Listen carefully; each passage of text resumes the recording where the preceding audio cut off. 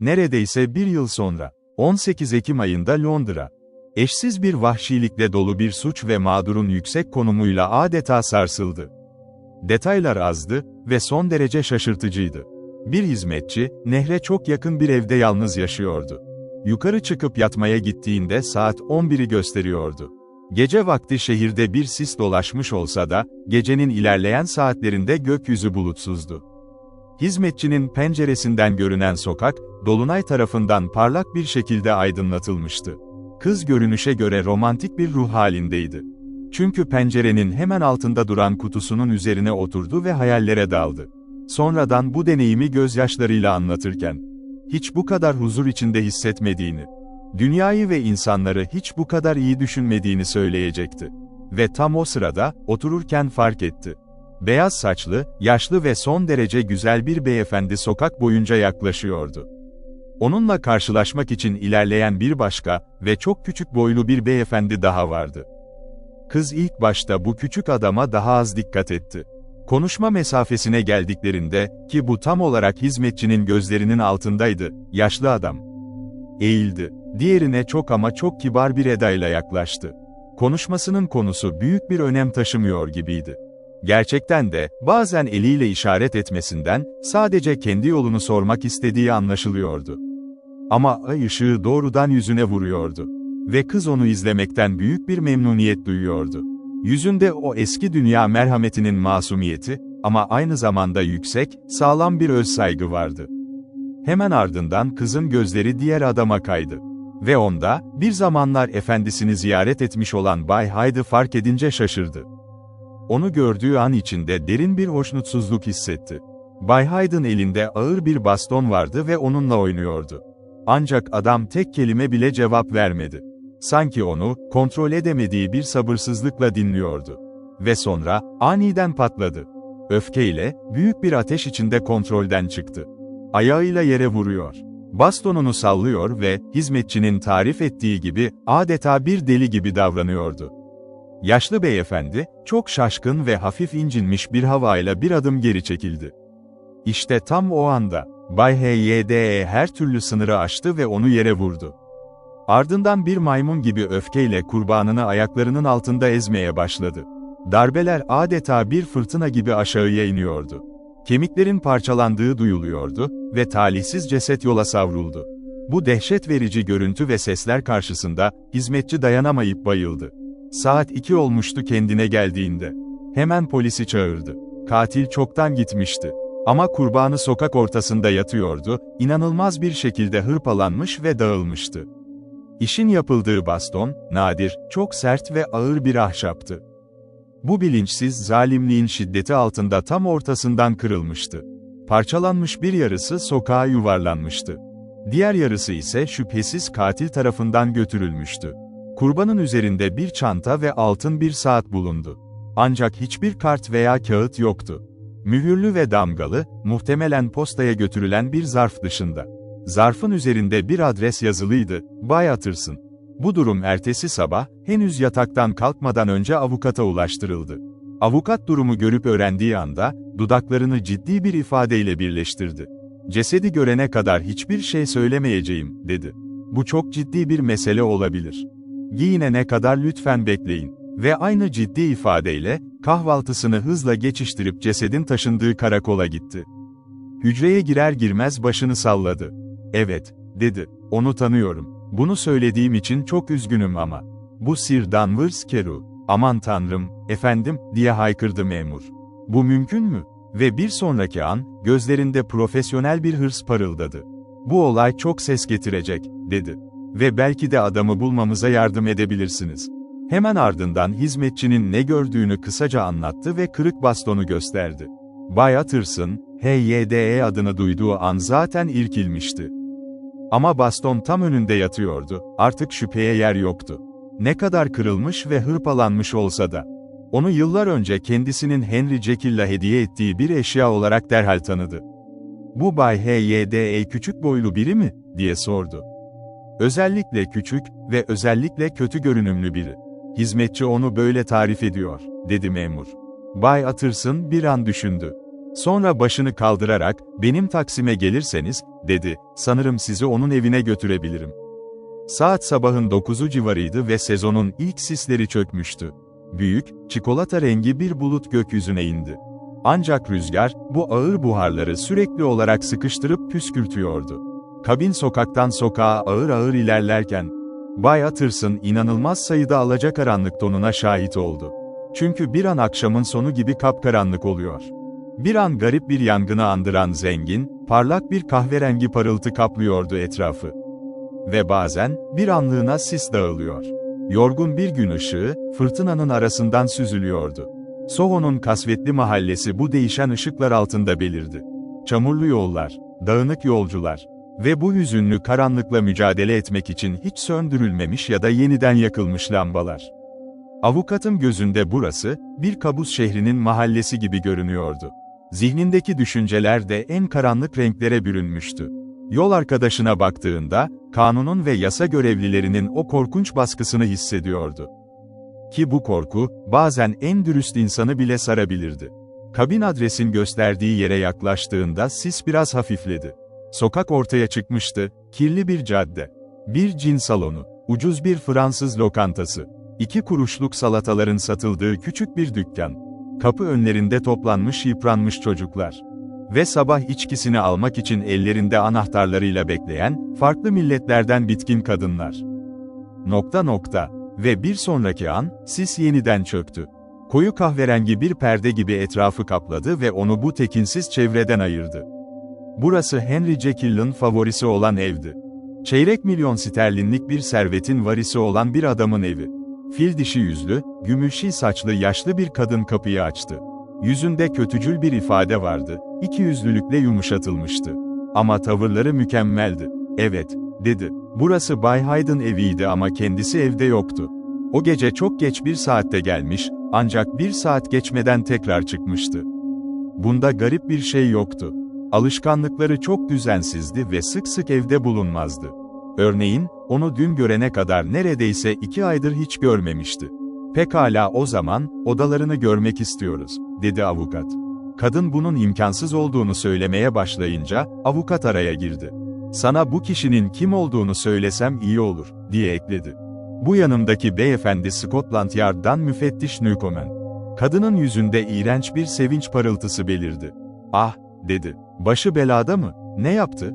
Bay Utterson ve müfettiş birbirlerine baktılar. "Pek de popüler bir karakter değil anlaşılan," diye mırıldandı müfettiş. "Ve şimdi iyi kadın, izin ver de içeriye bir göz atalım."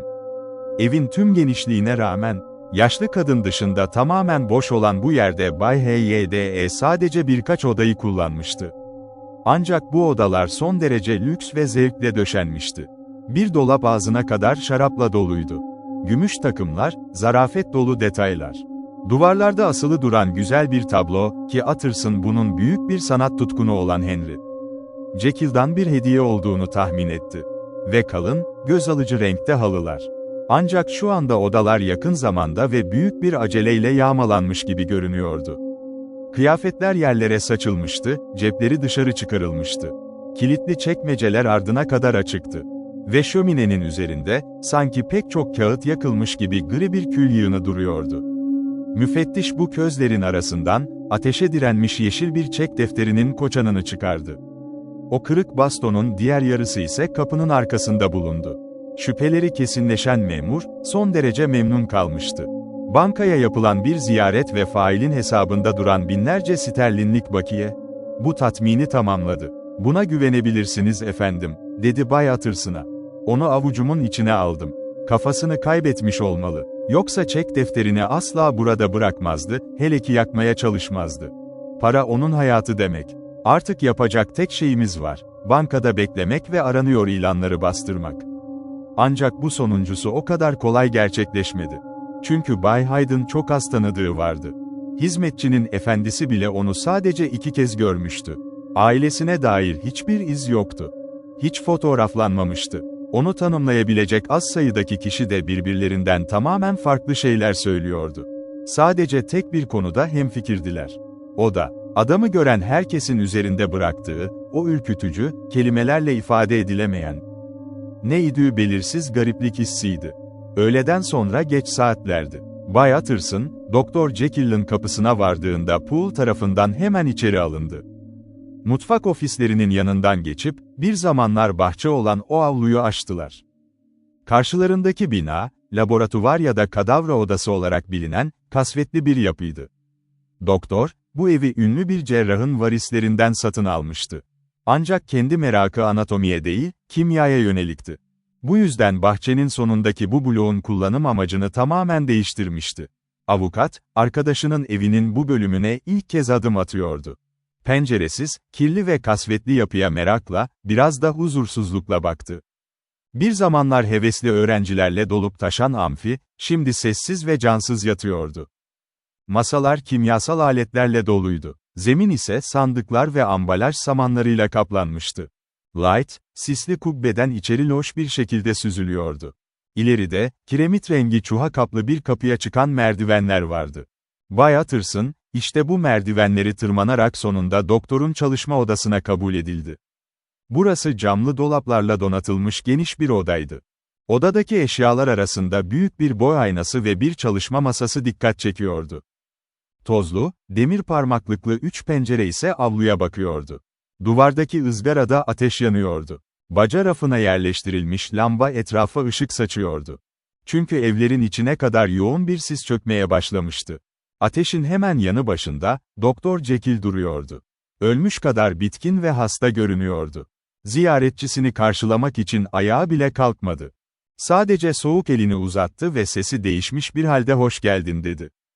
Poole onları yalnız bırakır bırakmaz, Bay Utterson söze girdi. "Ve şimdi," dedi, "haberleri duydun mu?" Doktor ürperdi. "Meydanda bağırıyorlardı," dedi. "Seslerini yemek odasından duydum." "Tek bir soru," dedi avukat. "Keru benim müvekkilimdi. Ama seninle de ne kadar yakın olduğumu biliyorsun. O adamı saklayacak kadar delirmiş olamazsın, değil mi?" Utterson, "Tanrı üzerine yemin ederim," diye bağırdı doktor. "Tanrı üzerine yemin ederim ki onu bir daha asla görmeyeceğim. Sana onurum üzerine söz veriyorum, bu dünyada onunla işim bitti. Her şey sona erdi. Hem zaten artık benim yardımımı da istemiyor. Onu benim kadar tanımıyorsun. O güvende. Tamamen güvende. Sözümü unutma, onun adı bir daha asla duyulmayacak." Avukat bu sözleri karamsarlıkla dinledi. Arkadaşının bu derece heyecanlı ve ateşli davranmasından hiç hoşlanmamıştı. "Ondan çok emin görünüyorsun," dedi. "Umarım haklısındır. Çünkü bir duruşma olursa, senin adın da ortaya çıkabilir." "Ondan son derece eminim," diye karşılık verdi Jekyll. "Kimseyle paylaşamayacağım sebeplere dayanan bir kesinlik bu. Ama bir konu var, bana bu hususta tavsiye verebilirsin. Bir mektup aldım. Ne yapacağımı, onu polise verip vermemek konusunda ne karar vereceğimi bilemiyorum. Onu senin ellerine bırakıyorum Utterson. En doğru kararı vereceğinden eminim. Sana güvenim sonsuz." Avukat sordu. "Sanırım bu mektubun, onun izinin bulunmasına yol açmasından korkuyorsun." "Hayır," dedi diğeri. "Ne olursa olsun, HYDE için endişelendiğimi söyleyemem. Onunla işim tamamen bitti. Ben sadece kendi itibarımı düşünüyordum. Bu çirkin olay yüzünden adım fazlasıyla lekelendi." Utterson bir süre düşündü. Arkadaşının bu bencilliğine şaşırmıştı ama bir yandan da rahatlamıştı. "Peki," dedi sonunda. "Ver bakalım şu mektubu." Mektup, dik ve tuhaf bir el yazısıyla yazılmıştı. Altında, Edward HYDE, imzası vardı. HYDE kısaca şöyle diyordu. "Kendisine uzun zamandır büyük cömertlik gösteren ve binbir türlü iyilik yapan hayırsever doktor." Jekyll, artık onun güvenliği için endişelenmemeliydi. Kaçmak için gerekli imkanlara sahipti ve izini tamamen kaybettireceğinden emin olunabilirdi. Avukat bu mektubu oldukça beğendi. Bu yazı, aralarındaki ilişkiyi sanıldığından çok daha makul bir zemine oturtuyordu. Utterson, geçmişte beslediği bazı şüphelerden dolayı kendini suçlu hissetti. "Zarfı duruyor mu?" diye sordu. "Yaktım," diye yanıtladı Jekyll. "Ne yaptığımın farkına bile varmadan yaktım. Ama üzerinde posta damgası yoktu. Mektup elden teslim edilmişti. Bunu bende kalmak üzere saklayabilir miyim? Üzerinde biraz düşüneyim," dedi Utterson. "Tamamen senin kararına bırakıyorum," diye yanıtladı doktor.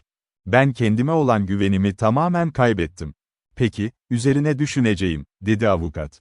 Ve ekledi. "Bir şey daha, vasiyetnamendeki o şartları, Yani senin kaybolmanla ilgili o maddeleri sana HYDE mi dikte ettirmişti? Doktor, derin bir endişeyle sarsılır gibi oldu. Ağzını sıkıca kapattı ve sadece başını salladı. Biliyordum, dedi Utterson. Niyeti seni öldürmekti. Ucuz atlatmışsın. Büyük bir ders aldım, dedi doktor derin ve ciddi bir sesle. Aman tanrım Utterson, ne büyük bir ders aldım bir bilsen. Ve bir an için yüzünü elleriyle kapattı. Aşağı inerken avukat durakladı ve Poole ile birkaç kelime konuştu. Bu arada, dedi, bugün buraya bir mektup teslim edildi mi? Getiren habercinin neye benzediğini gördün mü? Ancak Poole eve postadan başka hiçbir şeyin gelmediğinden emindi. Gelenler de sadece genelgelerden ibaretti efendim, diye ekledi. Bu haber, ziyaretçinin içindeki korkuları yeniden uyandırdı. Mektup açıkça laboratuvar kapısından içeri sokulmuştu. Hatta belki de doğrudan o çalışma odasında yazılmıştı. Eğer öyleyse, olay çok daha farklı ve dikkatli bir şekilde ele alınmalıydı.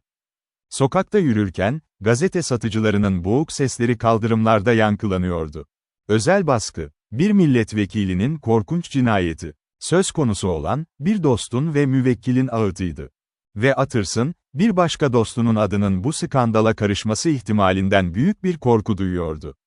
Bu, verilmesi son derece hassas ve zor bir karardı. Mizaç olarak içine kapanık biri olsa da, bir akıl hocasına ihtiyaç duymaya başladı. Tavsiyeyi doğrudan isteyemezdi. Ama belki, diye düşündü. Belki dolaylı yoldan bir yol bulabilirdi. Kısa süre sonra Bay Utterson, kendi evinde, şöminenin bir tarafında oturuyordu. Diğer tarafında ise başkatibi Bay Guest vardı. Aralarında, ateşten uygun bir mesafede. Evin mahzenlerinde uzun süre güneş görmeden yatmış eski bir şarap şişesi duruyordu. Sis, tıpkı lambaların birer kızıl yakut gibi parladığı kasvetli şehrin üzerine çöktüğü gibi. Hala dışarıda hüküm sürüyordu. Şehrin uğultusu, boğuk bulutların arasından geçerek devasa bir rüzgar gibi odaya ulaşıyordu. Ama odanın içi, ateşin sıcaklığıyla neşeliydi. Avukat, sırlarını Bay Guest kadar güvendiği başka hiçbir kimseye açmazdı. Katip, iş icabı sık sık doktorun evine giderdi. Poole'u tanırdı ve Hayden o eve geldiğinden haberdardı. Guest durumu analiz edebilir, doğru sonuçlar çıkarabilirdi. O halde, bu gizemi aydınlatacak mektubu ona göstermek iyi bir fikir değil miydi? Üstelik Guest, el yazısı uzmanı ve eleştirmeniydi. Bu belgeyi incelemesini istemek son derece doğal karşılanırdı. Ayrıca katip ketum bir adamdı, bu tuhaf belgeyi okusa bile dışarıya tek bir laf etmezdi. Onun söyleyeceklerine göre Utterson izleyeceği yolu çizebilirdi. Sir Danvers olayı gerçekten çok üzücü, dedi Utterson. Evet efendim, kesinlikle. Kamuoyunda büyük bir infial yarattı, diye karşılık verdi Guest. Adam herhalde deliydi. Bu konuda senin de fikrini almak isterim, dedi Utterson. Elimde onun el yazısıyla yazılmış bir belge var. Bu aramızda kalsın, çünkü bununla ne yapacağımı pek bilmiyorum. En hafif deyimiyle çirkin bir iş. Ama işte burada, tam senin uzmanlık alanın, bir katilin imzası. Guest'in gözleri parladı. Büyük bir merakla hemen oturup yazıyı incelemeye başladı. Hayır efendim, dedi. Adam deli değil. Ama kesinlikle çok tuhaf bir el yazısı var. Ve anlatılanlara bakılırsa, kendisi de oldukça tuhaf bir yazar, diye ekledi avukat. Tam o sırada hizmetçi içeri girdi ve bir not bıraktı. Bu Doktor Jekyll'dan mı geldi efendim, diye sordu katip. Yazısını tanıdığımı sanıyorum. Özel bir durum mu var Bay Utterson? Sadece bir akşam yemeği daveti. Neden sordun? Bakmak ister misin? Bir dakika lütfen. Teşekkür ederim efendim. Katip iki kağıdı yan yana serdi ve içeriklerini, harf yapılarını özenle karşılaştırdı. Teşekkür ederim efendim, dedi sonunda iki kağıdı da geri verirken. Gerçekten çok ilginç bir imza. Kısa bir sessizlik oldu. Bu sırada Bay Utterson kendini toparlamaya çalıştı. Neden karşılaştırdın Guest, diye aniden sordu. Efendim, diye yanıt verdi katip. Çok garip bir benzerlik var. İki el yazısı birçok noktada birebir aynı. Sadece eğimleri farklı. Çok ilginç, dedi Utterson. Kesinlikle dediğiniz gibi efendim. Çok ilginç, diye karşılık verdi Guest. Bu nottan kimseye bahsetmek yok, biliyorsun değil mi, dedi avukat. Elbette efendim, dedi katip. Anlıyorum. Ancak Bay Utterson o gece yalnız kalır kalmaz, mektubu çelik kasasına kilitledi. Mektup uzun süre orada kalacaktı. Ne, diye düşündü derin bir dehşetle. Henry Jekyll, bir katil için sahte belge mi düzenliyordu yani? Ve damarlarındaki kanın soğuduğunu hissetti. Zaman akıp gidiyordu. Sir Danvers'ın ölümü için binlerce pound ödül vaat edilmişti. Kamuoyu, bu vahşi saldırıyı unutmadı. Ancak Bay Hyde, polisin radarından sanki hiç var olmamış gibi birdenbire ortadan kayboldu. Geçmişine dair birçok gerçek ortaya çıkarıldı. Hepsi de tek bir şeyi işaret ediyordu: saygısızlık. Hikayeler, onun acımasız ve şiddet dolu doğasını gözler önüne seriyordu. İğrenç hayatı ve tuhaf kariyeri, çevresindekilerin nefretinde ortaklaşmıştı. Fakat şu an nerede olduğuna dair en ufak bir fısıltı bile yoktu. Cinayet sabahı Soho'daki evden ayrıldığı andan itibaren, adeta yeryüzünden silinmişti. Zamanla Bay Utterson, o ilk günlerin sıcak paniğinden sıyrılıp sakinleşmeye başladı. Sir Danvers'ın ölümü, onun düşünce dünyasında Bay Hyde'ın kayboluşuyla bir nebze olsun dengelenmişti. Kötü etkiler çekilince, Doktor Jekyll için adeta yeni bir hayat başladı. İnzivadan çıktı, arkadaşlarıyla kopan bağlarını tazeledi. Yeniden o tanıdık, misafirperver dost haline geldi. Hayır kurumlarına yaptığı yardımlarla zaten tanınıyordu. Artık dini sorumluluklarıyla da dikkat çekiyordu. Meşguldü, gerçekten meşguldü. Açık havada yararlı işler yapıyor, yüzü içsel bir huzurla parıldıyordu. 2 aydan fazla bir süredir doktor tam bir barış içindeydi. 8 Ocak'ta Utterson, doktorun evindeki küçük bir akşam yemeğine katıldı.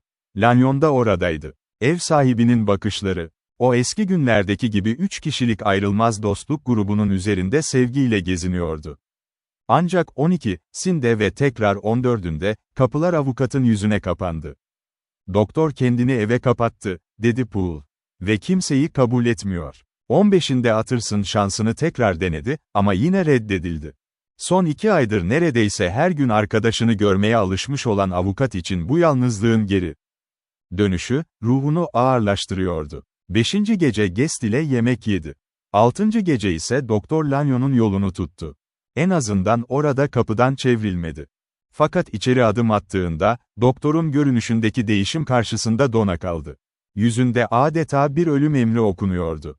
O canlı, pembe çehreli adam gitmiş. Yerine solgun, eti çekilmiş, belirgin şekilde kelleşmiş ve yaşlanmış biri gelmişti. Fakat avukatın dikkatini çeken şey, sadece bu hızlı fiziksel çöküş değildi. Gözlerindeki bakış ve tavırlarındaki dehşet, zihnini kemiren derin bir korkunun kanıtıydı. Bir doktorun ölümden korkması pek olası değildi, ama Utterson ister istemez bu şüpheye kapıldı. "Evet," diye düşündü. O bir doktor. Kendi durumunu ve kalan günlerinin sayılı olduğunu mutlaka biliyor. Ve bu bilgi, katlanabileceğinden çok daha ağır. Utterson onun kötü görünüşünü dile getirdiğinde, Lanyon büyük bir kararlılıkla kendini mahvolmuş bir adam olarak ilan etti. "Bir şok yaşadım," dedi. "Ve asla toparlanamayacağım. Bu artık birkaç hafta meselesi. Hayat güzeldi. Onu severdim. Evet efendim, ben eskiden hayatı severdim. Bazen düşünüyorum da, eğer her şeyi bilseydik, uzaklaşmakta daha mutlu olurduk." "Jekyll de hasta," dedi Utterson. "Ona baktın mı?" Lanyon'un yüzü birden değişti. Titreyen elini havaya kaldırdı. "Keşke Doktor Jekyll'i bir daha ne görsem ne de duysam," dedi yüksek ve dengesiz bir sesle. "O kişiyle işim tamamen bitti. Ve sizden rica ediyorum, ölü kabul ettiğim birinden bana sakın bahsetmeyin." "Yapma dostum, yapma," dedi Bay Utterson. Uzun bir duraklamanın ardından sordu, "Hiçbir şey yapamaz mıyım? Biz üçümüz çok eski dostlarız Lanyon. Başka dostluklar kuracak kadar ömrümüz kalmadı. Hiçbir şey yapılamaz," diye karşılık verdi Lanyon. "Kendine sor. Beni görmüyor bile," dedi avukat. "Buna hiç şaşırmadım," diye yanıt verdi. Bir gün Utterson, "Ben öldükten sonra, belki bu işin doğrusunu ve yanlışını öğrenirsin. Ama ben sana anlatamam. Bu arada, oturup benimle başka şeylerden konuşacaksan, Allah aşkına kal ve konuş. Fakat bu lanetli konudan uzak duramayacaksan, Tanrı adında, git, çünkü buna dayanamıyorum." Utterson eve gelir gelmez masasına oturdu ve Jekyll'e bir mektup yazdı. Evden dışlanmasından şikayet etti, Lanyon ile aralarındaki bu mutsuz ayrılığın nedenini sordu. Ertesi gün uzun bir cevap aldı. Mektup oldukça acıklı ifadelerle doluydu ve yer yer karanlık bir gizem barındırıyordu. Lanyon ile olan tartışma geri dönülmez bir noktadaydı. Eski dostumuzu suçlamıyorum, diye yazıyordu Jekyll. Ama onunla aynı görüşteyim, bir daha asla karşılaşmamalıyız. Bundan sonra son derece tenha bir hayat sürdürürsem şaşırmamalısın. Arkadaşlığımdan şüphe etme, ama kapım sana sık sık kapalı kalırsa beni anla. Kendi karanlık yolumda yürümeme izin vermelisin. Kendime öyle bir ceza ve tehlike çağırdım ki, adını bile koyamam. Eğer günahkarların başı bensem, acı çekenlerin de en başındayım. Bu dünyanın, böylesi acılar ve dehşetler barındırabileceğini hayal bile edemezdim. Bu kaderi hafifletmek için yapabileceğin tek bir şey var Utterson, sessizliğime saygı duymak. Utterson neye uğradığını şaşırmıştı. Hyde'ın çekilmesiyle o karanlık etki kaybolmuş, doktor eski görevlerine ve dostluklarına dönmüştü. Daha bir hafta önce, bu adam neşeli sözler vererek gülümsüyor, onurlu bir yaşlılık vaat ediyordu. Şimdi ise tek bir anda, dostluk, huzur ve hayatının tüm dengesi altüst olmuştu. Bu kadar ani ve hazırlıksız bir değişim akıl sağlığının bozulduğuna işaret ediyordu. Fakat Lanyon'un tavrı ve sözleri düşünüldüğünde, durumun çok daha derin bir yerde yattığı anlaşılıyordu. Bir hafta sonra Doktor Lanyon yatağa düştü. 2 haftadan daha kısa bir süre içinde de hayatını kaybetti. Cenazenin ardından geçen gece, bu kayıptan derinden etkilenen Utterson çalışma odasının kapısını kilitledi. Hüzünlü bir mum ışığının altına oturdu. Önüne, merhum arkadaşının eliyle adreslenmiş ve mühürlenmiş bir zarf koydu. Üzerinde kesin bir dille yazılmıştı, özel, sadece G.J. Utterson'ın ellerine verilmelidir. Onun ölümünden önce okunmadan imha edilmelidir. Avukat içeriği görmekten korkuyordu. Bugün bir arkadaşımı gömdüm, diye düşündü. Ya bu satırlar bana bir dostuma daha mal olursa? Sonra bu korkuyu kendine yediremedi, bir sadakatsizlik olarak gördü ve mührü kırdı. İçinde mühürlü başka bir zarf daha vardı. Üzerinde şöyle yazıyordu, Doktor Henry Jekyll'in ölümü veya kayboluşu durumuna kadar açılmayacaktır. Utterson gözlerine inanamadı. Evet, yine kayboluş. Tıpkı uzun zaman önce sahibine geri verdiği o çılgınca vasiyetnamede olduğu gibi. Burada da bir kayboluş fikri ve parantez içinde Henry Jekyll'in adı vardı. Ama vasiyetnamede bu fikir, HYDE denilen adamın karanlık bir yönlendirmesinden doğmuştu. Korkunç bir amaç taşıyordu. Peki, Lanyon'un elinden çıkan bu ifade ne anlama geliyordu? Büyük bir merak avukatı sardı. Mührü söküp bu gizemleri anında çözmek istedi. Ancak ölen arkadaşına duyduğu mesleki onur ve sadakat, ona ağır bir sorumluluk yüklüyordu. Böylece paket, kasasının en gizli köşesinde uyumaya bırakıldı. Ancak merakı bastırmak başka bir şeydi, onu tamamen yenmek başka. Belki de o günden sonra Utterson. Hayatta kalan dostunun cemiyetine katılmayı eskisi kadar arzulamıyordu. Onu yine sevgiyle düşünüyordu. Fakat düşünceleri huzursuz ve korku doluydu. Ziyaretine gidiyordu. Evet, ama belki de içeri kabul edilmediği için içten içe rahatlıyordu. O gönüllü kölelik evine girip o anlaşılmaz inziva ile yüzleşmektense. Kapının önünde Poole ile konuşmayı, şehrin açık havasını ve seslerini duymayı tercih ediyordu.